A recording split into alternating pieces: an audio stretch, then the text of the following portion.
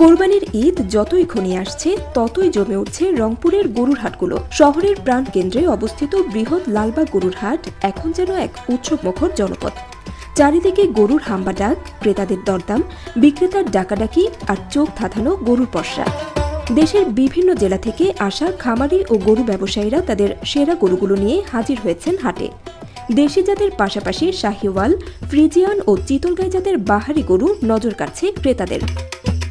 খুঁজলেই মিলছে 50,000 থেকে শুরু করে 10 লাখ টাকার গরু। কেউ খুঁজছেন পারিবারিক কোরবানির উপযোগী মাঝারি গরু, কেউ বা আবার চোখ রাখছেন বিশাল আকৃতির নজর কাড়া গরুতে, যার পেছনে যেমন রয়েছে সামাজিক গৌরব, তেমনি এক ধরনের আত্মতৃপ্তিও। হাট ঘুরে দেখা গেছে মাঝারি দামের গরুর চাহিদা সবচেয়ে বেশি হওয়ায় এই গরুগুলো দ্রুত বিক্রি হয়ে যাচ্ছে। তবে বড় আকারের গরু নিয়ে কিছুটা উদ্বেগে আছেন কিছু খামারিরা।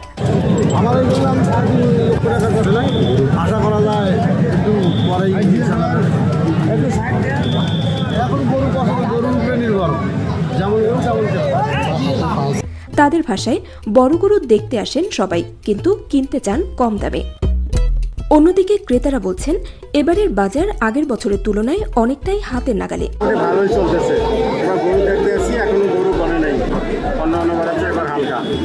সরবরাহ ভালো, দরদামও মোটামুটি স্থিতিশীল, ফলে ইচ্ছা মতো ঘুরে দেখে পছন্দের গরু কিনতে পারছেন তারা। রংপুরের হাটগুলো শুধু পশু কেনাবেচার জায়গা নয়, যুগের পর যুগ ধরে এ যেন এক সামাজিক মেলবন্ধনও, যেখানে ঈদের আগমনী সুর ছড়িয়ে পড়ে প্রতিটি দরদামের শব্দে, প্রতিটি গরুর চোখে।